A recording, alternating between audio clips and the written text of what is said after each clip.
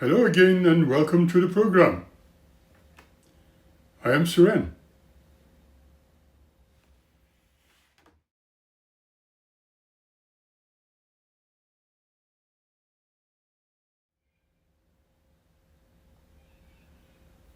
Grandfather and grandson. They belonged to an advanced race of humanity, but were born and bred on a different planetary system, which was far advanced and very distant from the planet Earth.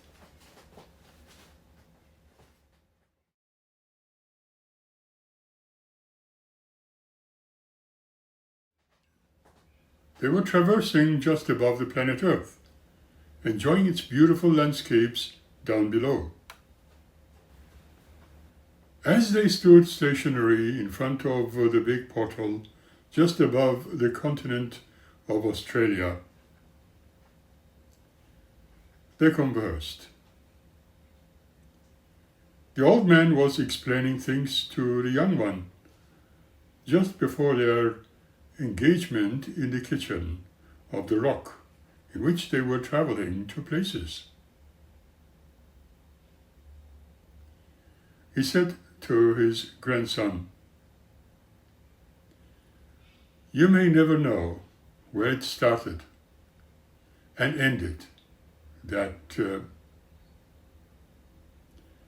he continued, saying, "Remember also the wise one of the ages I spoke to you about?" The young one immediately responded with, "Oh yes, I remember every detail. I remember you saying that he was not, as portrayed by the world's religions, as they thought of him, like being an old man, unlike yourself, Granddad, with a white fluffy beard and a face that looked so aged. I thought that he would create people just like himself, but there were others around him, and he said, 'Let us make man in our image.'" A little pause ensued, and then the older man said, "Well said, my child, well said. You remember that well, but that was only in their imagination and not real, was it not?" Granddad asked the young one. "Indeed, my child, indeed it was."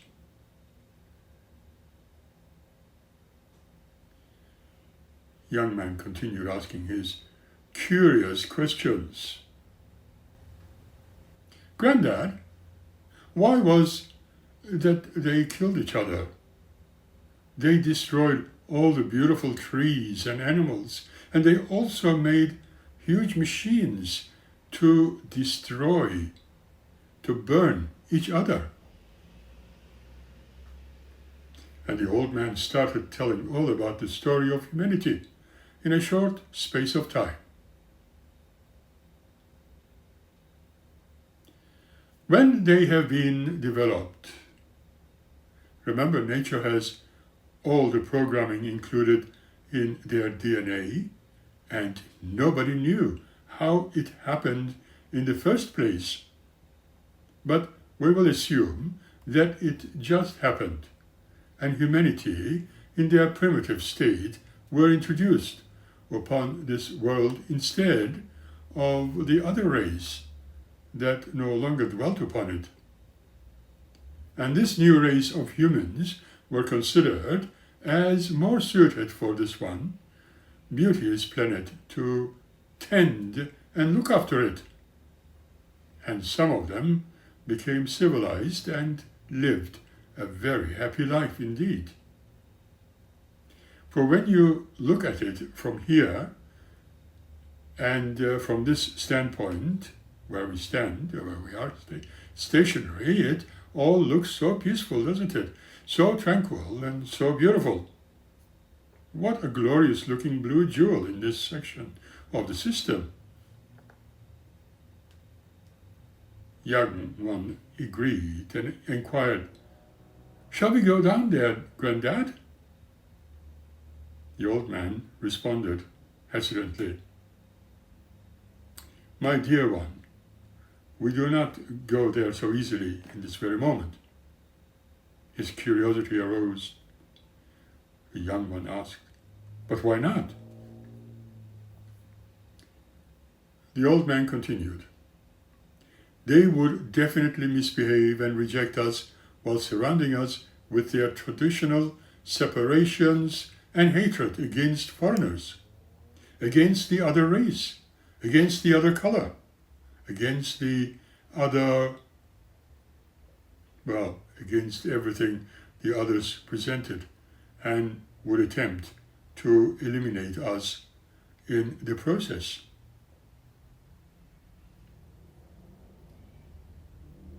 The only way to go down there would be in a certain disguise of being like clever people, inventive people, geniuses, helping, volunteering, and inventing, describing things and teaching new ways for them.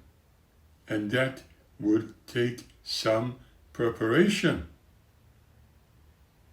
some precautionary measures to be undertaken for any attempt to go down there. "So we can go down there then, Granddad?" the young one excitedly uttered. Somewhat much disturbed and concerned, the old man's facial expressions were as he said, "Yes, we can, but we must be mentally prepared that we would probably experience lots and lots of opposition against us.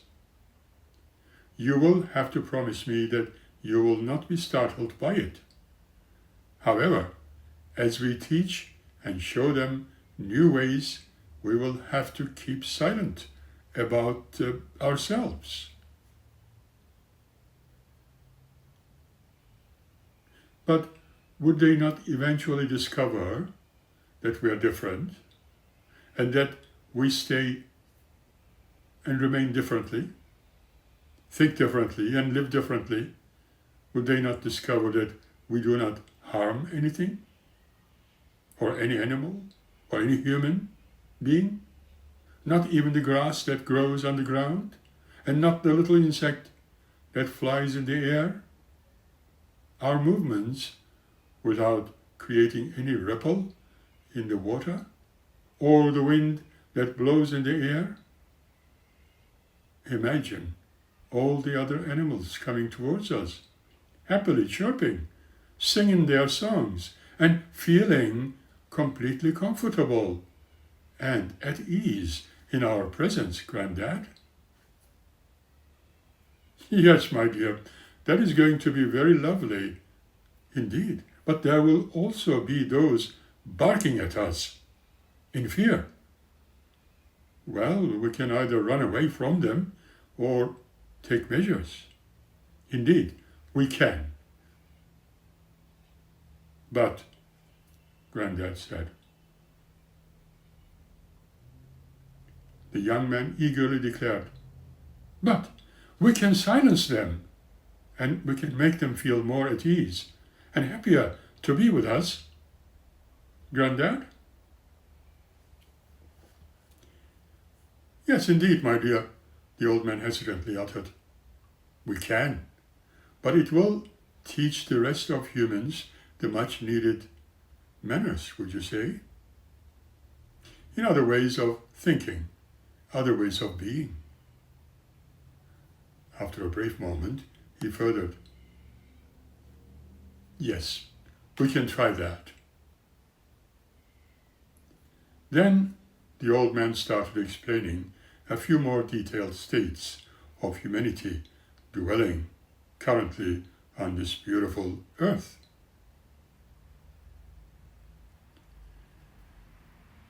It would be very difficult to live amongst the humans who sometimes have become worse than what appears to them as in their wildest dreams. Even to me, it remains unthinkable.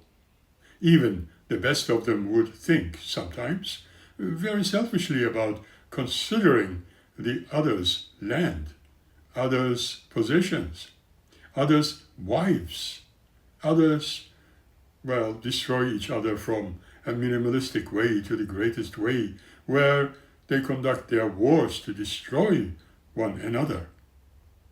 One may ask, why is that so? Although they have climbed down from the trees and became more intelligent and built their sophisticated cities, they have not known any peace amongst them. And I have tried to understand it. They would sometimes hurt one another severely, and in the process, hurting themselves also, without realizing, without noticing what harm they cause to one another. When I ask whether it is because they have been led not to think, not to see, not to hear, but all that was controlled by their leaders. Remember the saying? I told you about it. When the blind leads the blind, both will fall into the pit. And humanity has been led to fall into their own little pit. They turned it into their own home to find comfort instead of going out of that little encapsulation and see that bigger picture around them. But then there were those who claimed to know everything without knowing anything, and leading the crowds into fanatical ways of not seeing, but groping in the darkness. Religion was born. It was a religion of manifests, when everyone hated each other and certainly not loving one another. They invented some heroes in their own religious beliefs and fantasies. Those heroes that would do the deed to bring peace unto them. They helped only to bring humanity to disasters, as it destroyed them forthwith, for they were indeed frightened of the thing called peace. Peace became a dream considered in prose and poem, in song and dance, but humanity was stopped to advance. They spoke of a Garden of Eden, where supposedly humanity was created. But I tell you the truth, that was none of them. They spoke about a jealousy-stricken God Almighty, who displayed nothing but human trends and more human thoughts and traits, feelings, jealousies, and anger. And the people were forced to believe in completely non-existent entities. They created scenarios to make it appear as real. They have not been able to see the bigger picture during the centuries past. Humanity has not learned a single thing because they thought in fear, and they were like the ants placed on the edge of a bowl, and the bowl was filled with water and placed on a tray of water. This is how I imagine the view of humanity being like.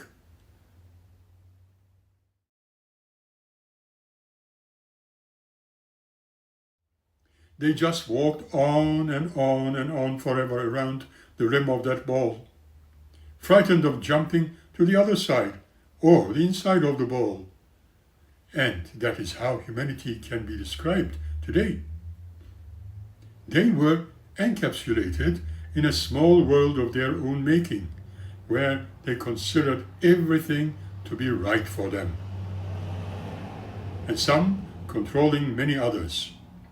That is how humanity developed from the first gathering, food gatherings, huntings and killing characteristics which they developed and remained primitive throughout the centuries. Although they have developed modern and more civilized means, on one side, supposedly to assist their own humanity to become more civilized, living at ease and happily, but majority of them used all those technologies they have just developed and were discovered to annihilate each other. Imagine yourself being one of them, living down there, within a beautiful jewel, wherein you work hard and create, and your invention with the knowledge you have gained in your primary schooling days, showing them what it does, and the human discovers its capabilities, saying that it is very nice. Give it to me and your freedom. Do it to your loving and kind heart over that thing for the human to look at, and other human beings hold it at one hand and throws elements out of that which destroys the trees, animals, the birds, all around him. And finally it aims at you, and so that was and would be a very advisable thing to do on your part, to be on guard. But people therein have created weapons out of beautiful scientific discoveries they had, using them just to destroy one another. But why do you think it was so till now? Could it be because they followed their imagined God, who was jealous, angry, violent, and certainly not loving, and yet believed to be a loving, caring father figure? Laughable, isn't it? I would say that perhaps that is what happened. Perhaps that was not just an imagination, but when we look at it, at their history of humans, I cannot see anything beyond that. So it seems that the end of that is upon us, or rather upon them, while looking at the movements of the world's nations, which is laughable in a sense, when you think of their olden racial ways of thinking, with multiple shapes and multiple beliefs. Indeed, my child, it is laughable, as there is no unity in their beliefs. There is no unity in their movements. There is no unity in their political assumptions. And they still fight, and they kill each other. When you look at their family systems, young brothers and sisters, they all tend to fight each other.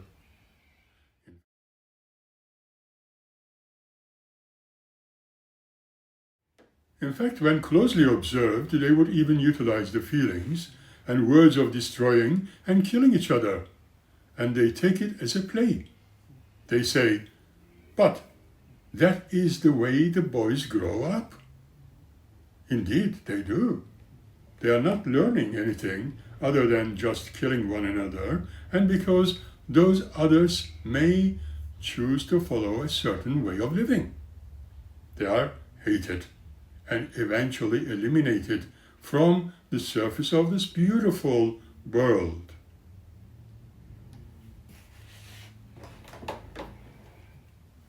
You cannot be certain when your friends down there smile at your face, that they may be holding some weapon in their pockets they have invented to eliminate you, just for the fun of it, as they treat the beautiful animals in a similar way. Instead of looking after them, they make them wilder and had a whole nature upon the planet which turns against them. Yet, at the same time, they have hopes and expectations in a limited fashion, for they want to believe they are always right and the next door neighbor can only be wrong, never accepting one another, never genuinely smiling, never living in peace, for that is a distant dream. It seems, look at the recently displayed happenings of which we have considered many times over. Always bloodshed, always destruction, ending with misery, hunger, food shortages, and nothing is done about all the aid they are providing from different groups. They call upon. Nations are not even enough, and they are considering well-being and safety for some of them, considering to go to a different planet. The one they call Mars, for instance, we know what happened there, and they are hoping to become cognizant and civilized, going to be civilizing that planet and helping the population dwelling therein, while forgetting they are living underground, perhaps as some are living on the surface? Question mark. Will they succeed? Remember, they are dreaming forever, same as what they have been doing with their religions, saying, follow us and you will be rewarded in the afterlife. If humanity would be left alone to thinking, inventing, and sharing their inventions peacefully and lovingly with each other, instead of fighting and creating more weapons to destroy one another and their beautiful earth, beautiful nature, and beautiful everything, they would never be in a state of penury, state of misery, and a state of sicknesses, old age, and everything negative that one can imagine. We are happy that humanity averagely do not live long because of that. Because if they would live long, they would invent even more destructive items to kill each other and eliminate life on the surface of the world. So what can we do to assist humanity? Somehow, to find that inside their hearts and do something that is more acceptable for the humankind, so that this beauteous earth is saved? Or should this generation be completely annihilated, giving way to another life stream, another civilization, another humanity perhaps? The true peace, both with an individual and globally, can be achieved through a combination of factors. These include fostering a culture of nonviolence, addressing systematic inequalities, promoting international cooperation, and cultivating inner peace through practices like mindfulness and meditations. Could it be done? On an individual level, mindfulness and meditation, these practices like meditation can help individuals reduce stress, cultivate self-awareness, and develop a more peaceful state of mind.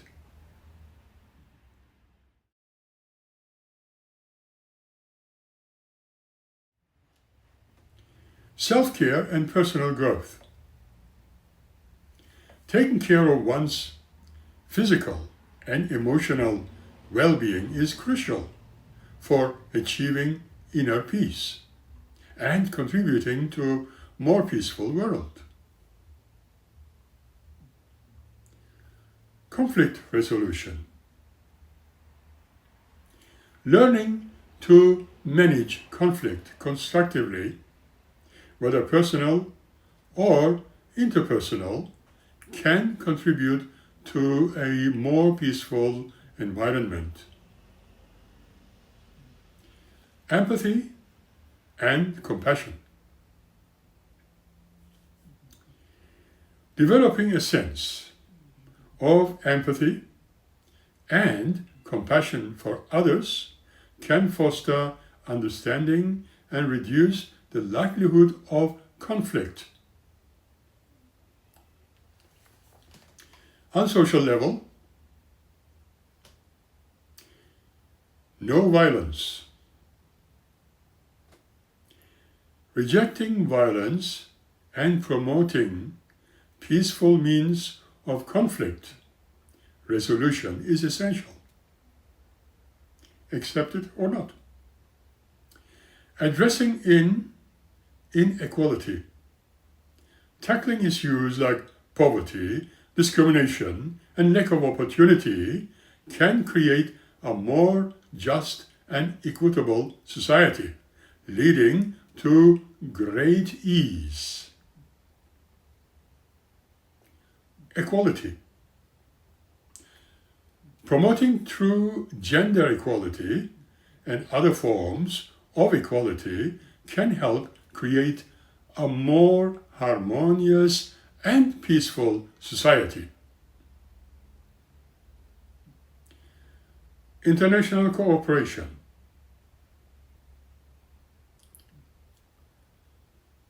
Cooperation and diplomacy are necessary to address shared challenges like climate change and conflict.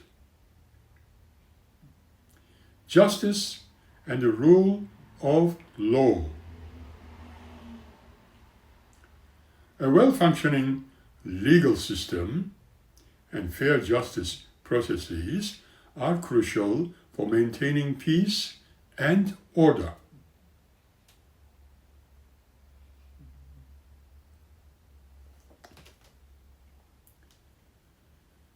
And fair distribution of resources and opportunities can help reduce tensions and create a more stable society.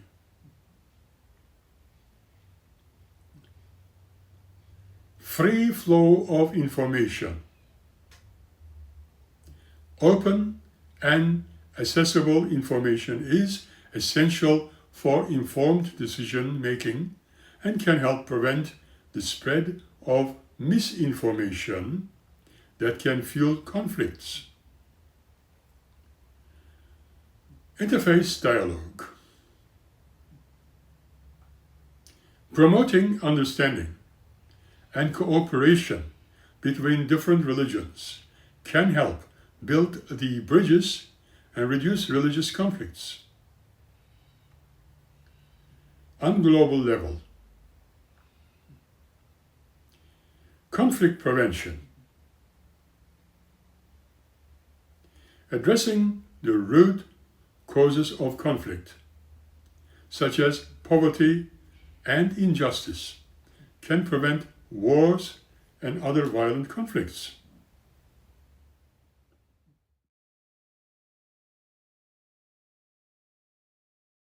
Peacekeeping and peace building.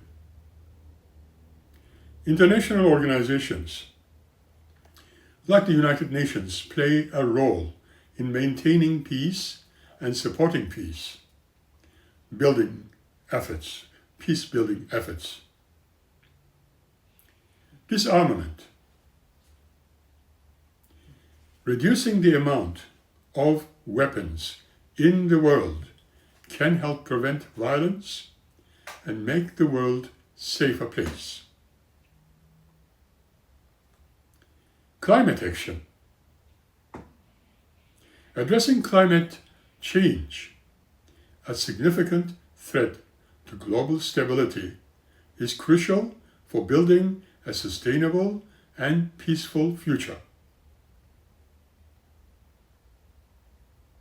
Ultimately, true peace is a multifaceted concept that requires individual and collective action. By focusing on non-violence, addressing inequality, fostering understanding, and promoting cooperation, it is possible to create a more peaceful and just world. We seem to crave and desire intensely that inner peace, although the world filled with constant distractions, stress, and pressure, finding peace within oneself can feel almost impossible. True internal peace does not come with avoidance or from avoiding life's challenges. It comes from learning how to meet them with calm, clarity, and compassion. With the right practices, one can begin to shift from reactivity to resilience and start building a deeper connection with oneself.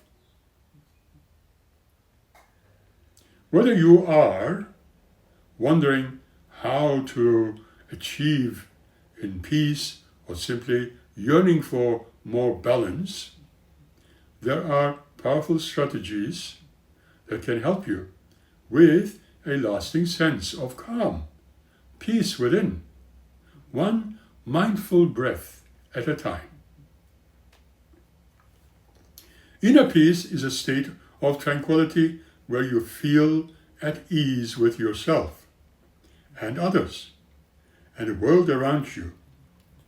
It is all about being fully present and comfortable in your own body, less impacted from anxiety, worry, and stress. When you can experience inner peace, you can accept who you are with all your strengths, your desires, your dreams, your own flaws, everything that makes you uniquely you. You will almost always feel more accepting of the world around you, any circumstances that are unfolding, that you are less negatively impacted by worry, anxiety, and stressful situations. Inner peace is essentially equanimity in action. Finding this sort of inner peace is not about brief respite from stress and time for relaxation. Inner peace can be maintained through equanimity. Equanimity is a skill you can learn which helps you keep a calm, balanced state of mind, despite of the various ups and downs that life provides you with. And so, you become okay if things are okay, but you are also okay if things are not. Mindfulness is the main subject here. You know, peace is not something you can only wish for. It is something you create, something you just do, something that you are happy with. Despite being a very simple thing, meditation can affect your mental state. It helps cultivate equality and a deeper sense of true peace.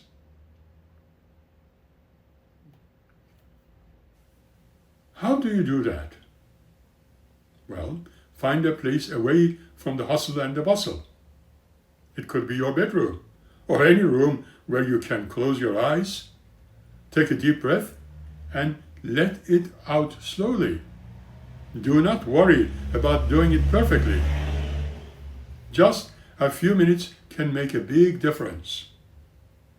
Remember, resources like Calm can help. We can create hundreds of meditations, if so desired, and programs to support you as you build your practice of meditations. Living in the present.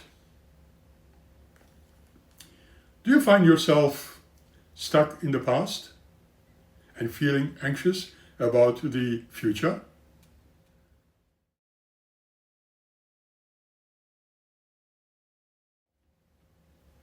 However, as you know, your present moment is all we truly have.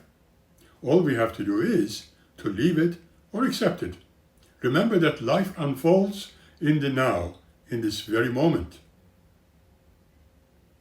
But how can one live in the present moment, you might ask? When you are living your life, walking, doing chores, eating, drinking, and fully immersing yourself in whatever experience, you may notice how your surroundings look, smell, or sound, and feel them. That is how it feels to the brain. And the effect indeed introduces a sense of inner peace. Okay, how can one cultivate a positive mindset? Well, our minds are powerful. They can act as our greatest ally and our worst enemy.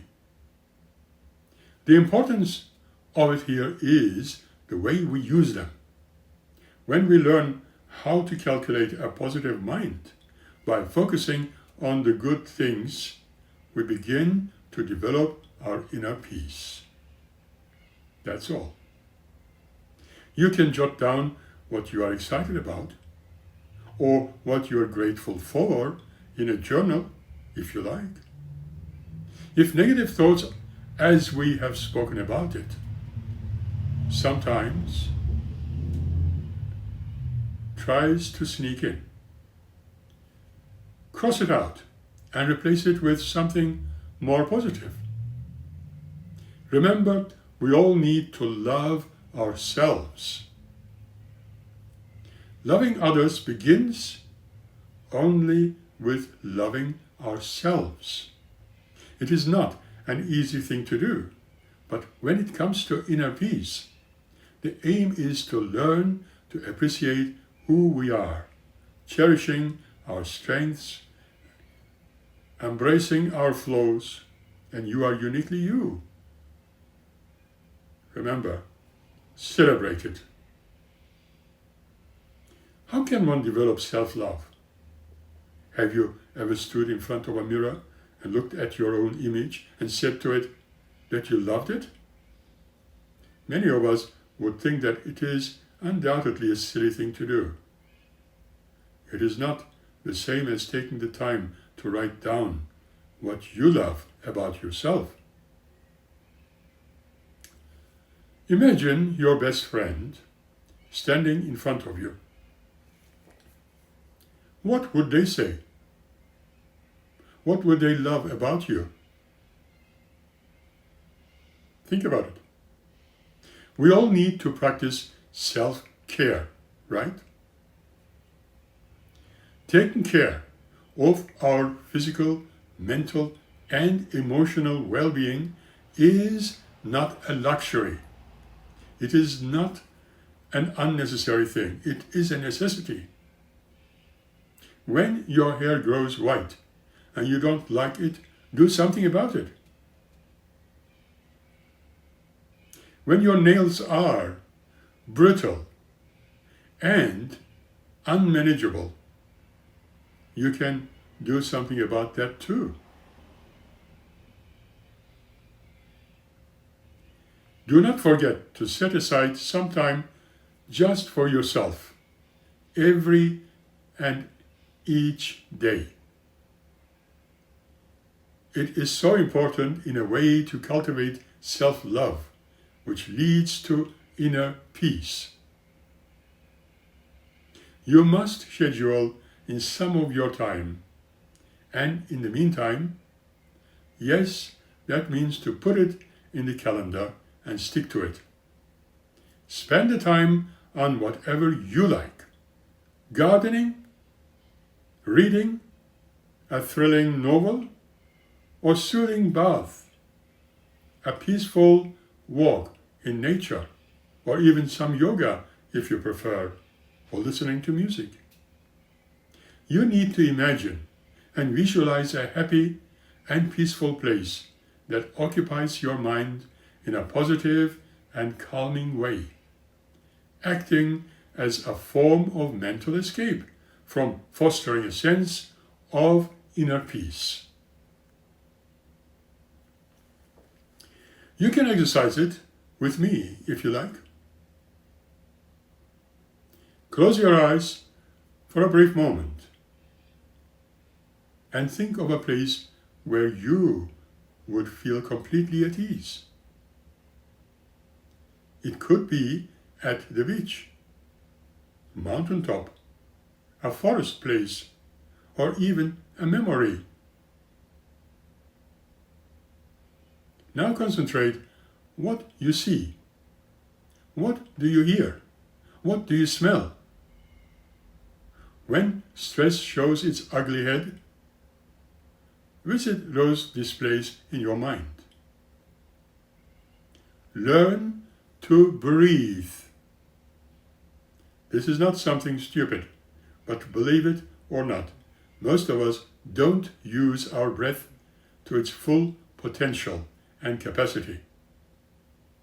Conscious breathing can have a huge calming effect. In moments of stress or anxiety, take a few moments to focus on your breath. You will soon take note that you can rely on your breath to cultivate inner peace. Try it. How to breathe properly, you might ask. Well, breathe in, hold it, breathe out, hold at your own pace. It can be your pause button, that is where you can slow your own world and relax your mind. I can tell you, and I cannot tell this enough, nature has a soothing mental effect. Indeed, spend some time connecting with nature to instill a sense of peace within yourself. Do not worry about doing anything important. You can keep it super simple and still get the benefits from. How can you access that nature? Good question. Simply, if you have a garden, go and sit in there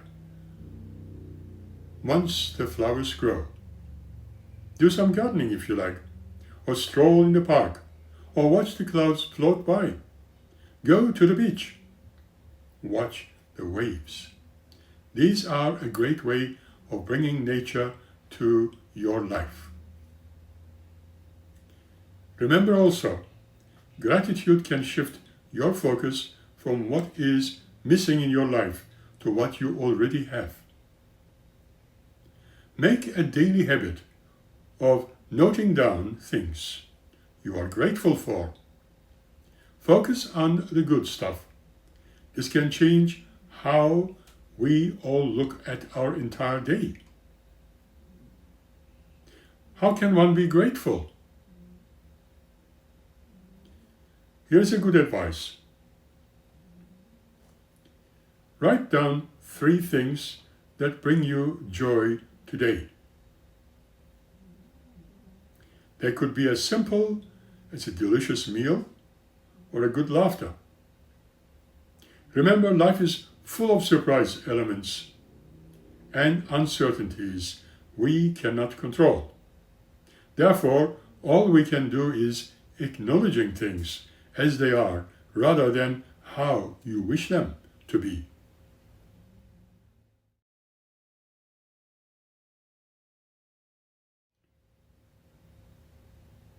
It does not mean being passive or simply giving up, rather recognizing the reality of the situation and working with it without being against it. How can one work on acceptance? Try to let your feelings come and go without any judgment when things happen. Sometimes accepting a situation can take away its power over us, such as fear of being judged or laughed at. No judgment is about learning to observe one's own thoughts and emotions without labeling them as good or bad. Neutrality. Through this type of non-judgmental state of mind, we create space for inner peace and full acceptance. How can you practice this sort of non-judgmental state? You can catch yourself being judgmental sometimes. Remember, it is only a thought. It will pass like the clouds in the sky. It is important to cultivate relationships that feed your soul and your inner being. Indeed, spending time with people who uplift you and bring you peace is the way to go. This does not necessarily mean that you need to avoid all challenging relationships, but try to have such strong support network of supportive individuals. How can one have for deeper connections? Call a friend. Spend time with family members if you have one, or can meet people that can make you feel supported. Be present in denial in those interactions. Those kind of moments of togetherness and unity can bring us peace in such a way that we may not even realize. These pointers are not one-size-fits-all solution. Believe me, we understand that what resonates with you, experimenting and finding your unique pathway to inner peace is your prerogative and nothing else. In short, what really does inner peace mean? Okay? It's a deep state of calm, contentment, acceptance. That's it. It is being in harmony with your own self, others, and the world around you. It is not about eliminating challenges or difficulties, but progressing through them with a tranquil and accepting mind. In peace, well, certainly it's not something you find externally. It is something you need to cultivate within yourself. Acknowledging and accepting your thoughts and emotions. Living fully in the now and adopting practices that nurture well-being. It is simple as taking a few moments each day to focus on your breath, expressing gratitude, and enjoying a quiet walk in the nature. Can we find inner peace?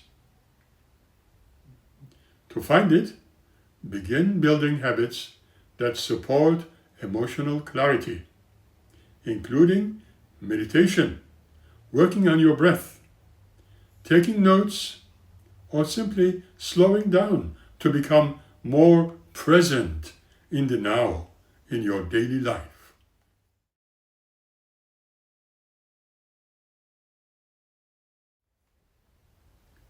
You don't stumble upon it, as it is something you cultivate in time by tuning into yourself with compassion and patience and with self-love. Inner peace and eternal peace are often used interchangeably.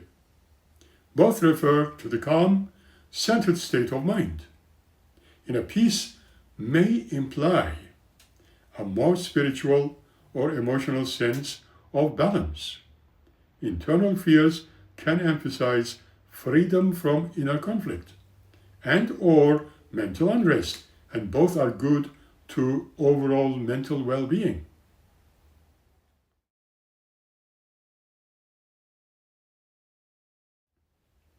Finding peace within oneself during times of stress begins with grounding practices like meditation, deep breathing, and self-reflection, also helping to step back from overstimulation and reconnecting with simple moments of life. What do you need most in the moment? You must give permission to slow down and respond to it gently.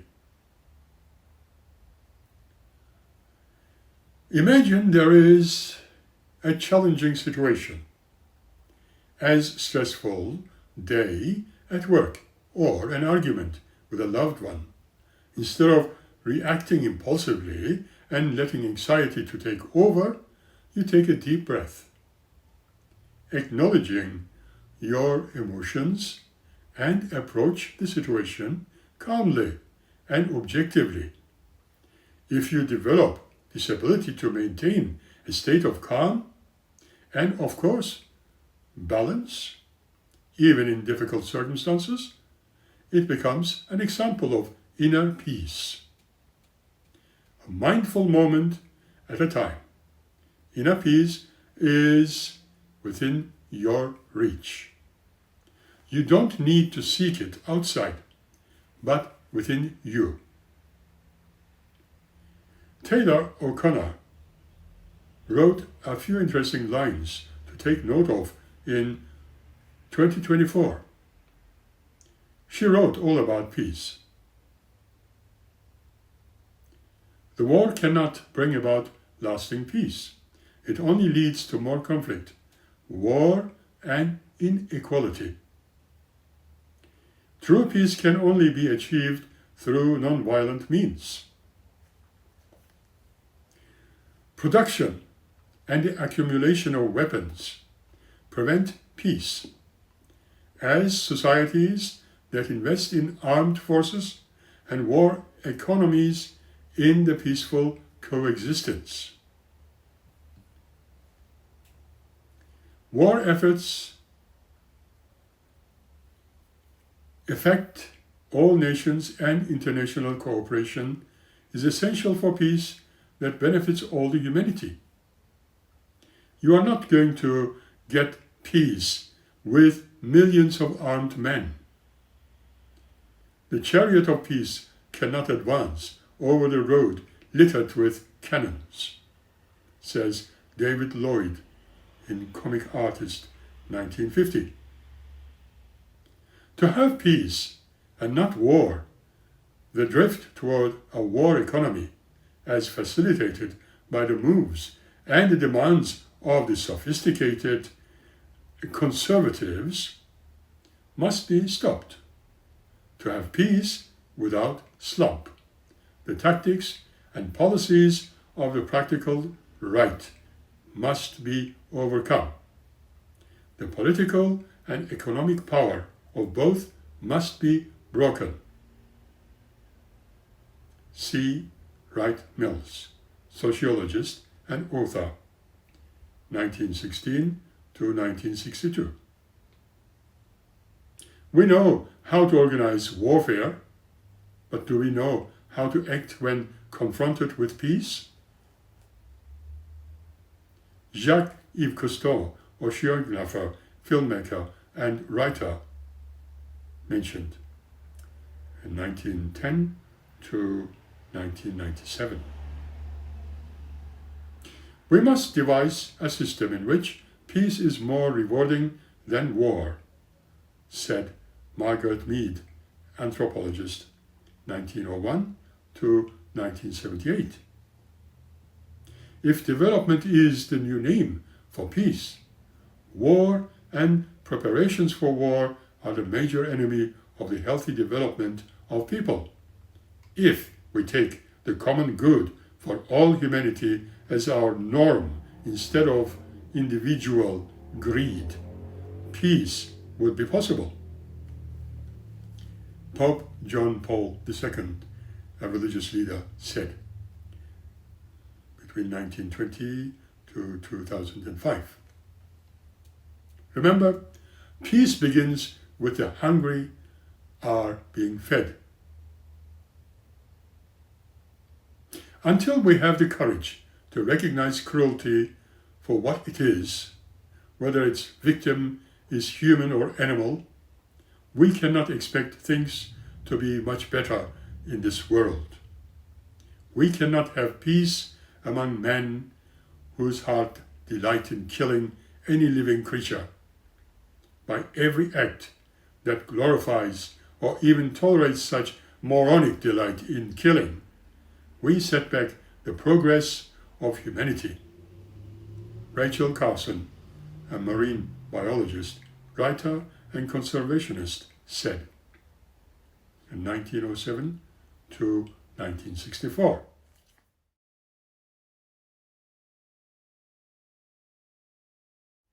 Albert Einstein, 1879 to 1955, said, "Peace cannot be kept by force. It can only be achieved by understanding. You cannot subjugate a nation forcibly unless you wipe out every man, woman, and child. Unless you wish to use such drastic measures, you must find a way of settling your disputes without a resort to arms." Jimi Hendrix, 1942 to 1974, said, "When the power of love overcomes the love of power, the world will know peace."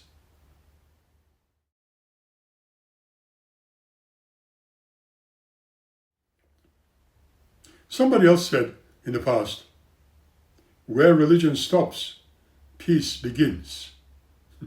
When you consider religion has always been known to bless the war, why was that so? And why is it still so? There is no perfect answer, but when one assumes that religiously inclined would know it.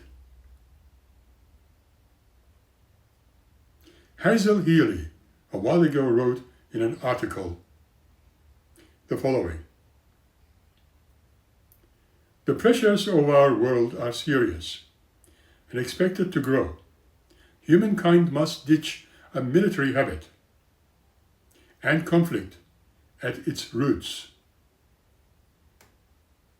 Evidence shows that conflict happens in places where people cannot trust the police or get access to justice, and their prospects for a decent life are stolen by corrupt elites.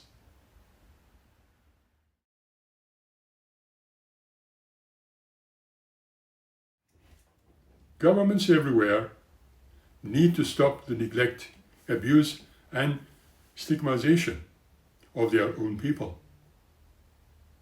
The larger countries' gender gap, the more likely it is to be involved in violent conflict.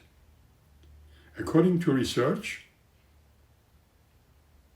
and gender inequality, as with GDP, level of democracy, or other ethnic religious identity, as the strongest push factor for both external and internal conflicts are more likely, in contrast, when women participate in peace processes. Peace is more likely to endure. According to World Bank survey, 40% of those who join the rebel groups do so because of a lack of economic opportunities.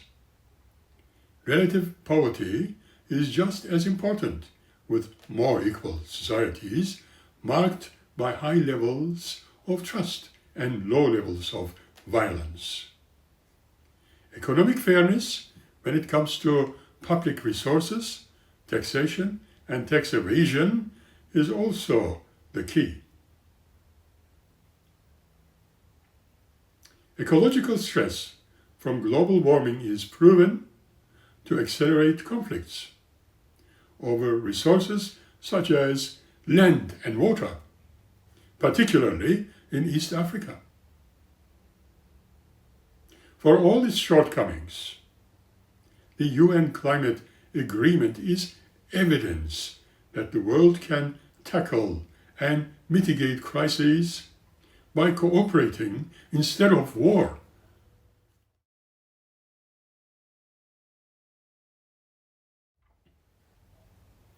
The promotion of arms sales and heavy spending on aggressive military capabilities are instigators of global tensions. The proliferation of arms drives conflict and makes violence more likely. Look at the track record of counterterrorism, the war on drugs, stabilization and state-building efforts, and colonial war shows a pattern of largely very sobering failure, say in Safer World, mentions Larry Attree.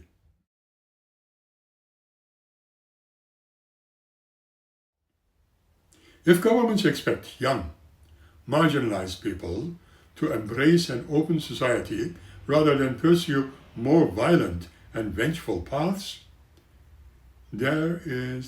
must allow public dissent across the world. And in a political spectrum, this space must be defended from impressive tools. Misuse of anti-terrorist measures, arbitrary arrest and imprisonment, even torture and murder. Much of conflict can be understood as a youth revolt against established corrupt systems run by generally older folk. In countries with strict age hierarchies, young people cannot lose their frustrations, which creates a dangerous dynamic, explained the researcher and peace builder.